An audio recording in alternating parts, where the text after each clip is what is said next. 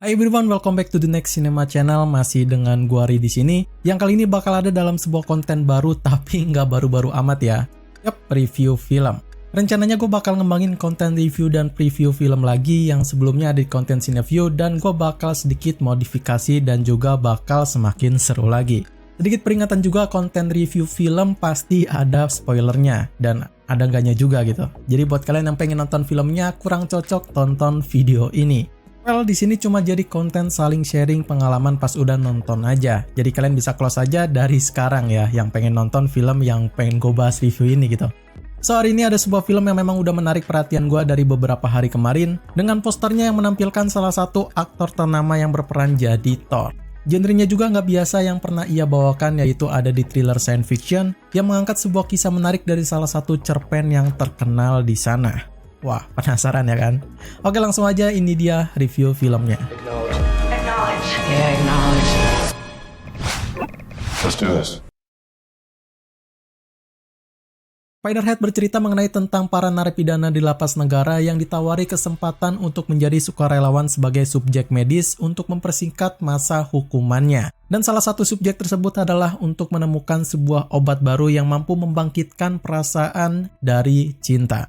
Semua berjalan dengan normal sampai salah satu napi merasakan sebuah kerusakan emosi terhadap obat-obatan tersebut. Actually, gue sendiri sangat berekspektasi tinggi ya sama film ini. Film ini disutradarai oleh Joseph Kosinski yang sangat bertalenta banget bikin film dengan genre science fiction, yang mana juga bakal diangkat dari sebuah cerpen terkenal yang ada di internet. Ditambah pada saat perilisan trailernya terlihat sangat smooth dan juga menarik banget. Jadi gue pastikan buat tonton film ini. Dan pada saat itu posisi gue belum pernah baca cerpennya men. Jadi gue pengen blind reaction gitu. 3 hari saat filmnya rilis di Netflix, gue langsung tonton dong. Dan ternyata pas gue tonton filmnya kok malah jadi gini ya. Asli men, boring banget. First impression gue yang tadinya menarik dan tertarik itu semua hancur di 30 menit pertama filmnya gue tonton. Ya, walaupun begitu gue tetap tonton terus dan penasaran dengan apa inti dari filmnya ini. Yang dari pertama kali tonton kalian juga 100% gue jamin bingung sama inti dari story-nya ini men. Dari mulai tentang para napi, obat-obatan, dunia luar yang kacau balau dan sebagainya, ini benar-benar sangat complicated banget. Dan itu semua dirangkum dengan detail yang minim dan sangat mengganggu banget. Sayang banget sih.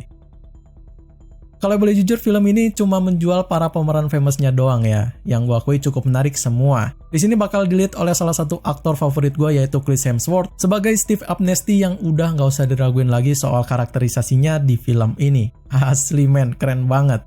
Adapun satu lagi aktor utama dari film ini, yaitu ada Miles Teller sebagai Jeff dengan acting yang ya menurut gue lumayan lah.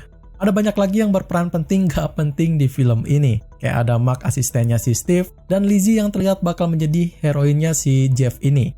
Nah, gue gak bakal review belibet soal semua karakter yang ada di film ini ya. Tapi gue bakal berfokus sama si Steve dan Jeff yang mereka berdua bisa dibilang bisa jadi protagonis dan bisa juga dibilang jadi antagonis. Karena keduanya punya sisi yang baik dan juga punya sisi yang kelam juga. Dan ternyata kembali men, dirangkum dengan sangat-sangat minim banget. Bahkan masa kelamnya yang dialami si Steve ini pun gak dikasih tahu dan gak divisualisasikan gitu.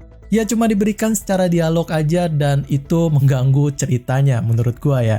Padahal ya, kalau kalian tahu Joseph Kosinski itu kalau bikin film yang complicated selalu bisa bikin detail rinci dari konfliknya itu. Bisa kalian lihat lah di film Oblivion, Tron Legacy, sampai Top Gun 2 kemarin. Di sini masih tetap dengan stylenya itu, cuma penonton dibuat rancu sama penggambaran dari story lainnya maupun karakterisasi yang diberikannya. Bagi gue sendiri sayang aja gitu ya. Padahal kalau dilihat dari segi cerpennya sendiri, menurut gue cukup menarik ya. By the way, mengenai soal cerpennya, kalian bisa baca aja di online dan cari-cari aja di Google, pasti nanti kalian bakal temuin cerpennya ini kok. Udah terkenal banget sih.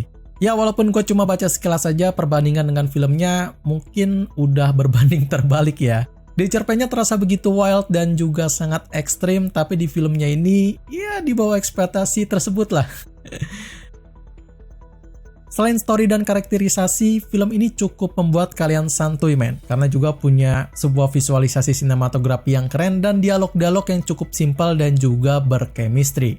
Tapi sayang, science fictionnya sendiri menurut gua agak masih kurang kerasa ya. Modernnya agak sedikit kurang gimana gitu ya. Ya walaupun filmnya udah bisa menggambarkan film ini adalah sebuah film science fiction yang menggunakan teknologi obat-obatan masa depan dengan fenomena sains dan ilmu pengetahuan dari manusia. Ya mungkin memang itulah tujuan dari sutradara Joseph Kosinski sendiri yang memang ia cukup berfokus sama kriminal dan story dari filmnya aja. Sedangkan science fictionnya sendiri cuma jadi base yang bikin filmnya menjadi menarik. Di sisi lain ada juga penggambaran distopian yang mungkin bakal ditampilkan di menit awal filmnya berjalan. Dan itu gua akui sangat bagus banget men. Cuma sayang dibalut dengan transisi yang agak jelek dan agak rancu men. Yang mana si Jeff ini cuma diantar pakai boot ke tempat entah di mana di sebuah pabrik yang terlihat juga terbengkalai. Tanpa diberikan sebuah transisi visualisasi yang menggambarkan dunia ini tuh udah distopia gitu. Agak awkward sih. Tapi it's okay lah. Wah udah panjang juga ya. Oke lah langsung aja gue bahas klimaks dari filmnya ini. Yang ya aneh banget men. Kayak bener-bener simple dan asli gue gak bisa berkata-kata. Kayak, hah? Kok gini gitu? Temponya sangat cepat disusul dengan perkelahian antara si Steve dan Jeff ini dan pengkhianatan Mark yang, ya, sangat rancu banget lah. Sayang sih menurut gue masih bisa di-extend lagi buat nyeritain tentang masalah dunia yang ada di sana kenapa bisa apokalips, terus masa lalunya si Steve, dan memberikan konklusi yang nyata di akhir filmnya. Tapi ya mau gimana lagi gitu. Orang filmnya ini cuma dirangkum 1,5 jam doang, menurut gua nggak cukup lah.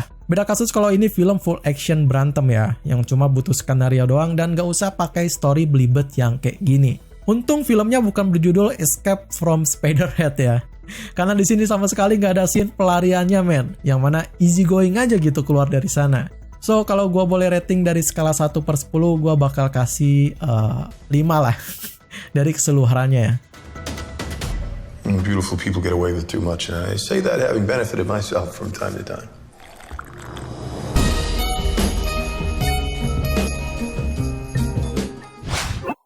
Oke, segitu aja review film tentang Spiderhead yang tayang di Netflix tahun ini. Buat kalian yang suka dengan pembahasannya, bisa like aja videonya ya.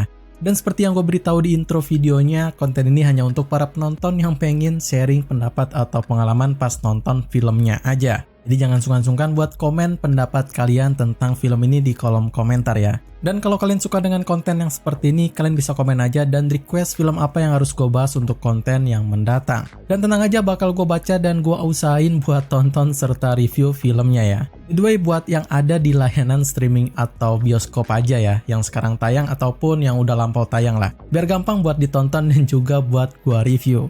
So segitu aja review film untuk hari ini. Gua Ari pamit undur diri. See you in the next film.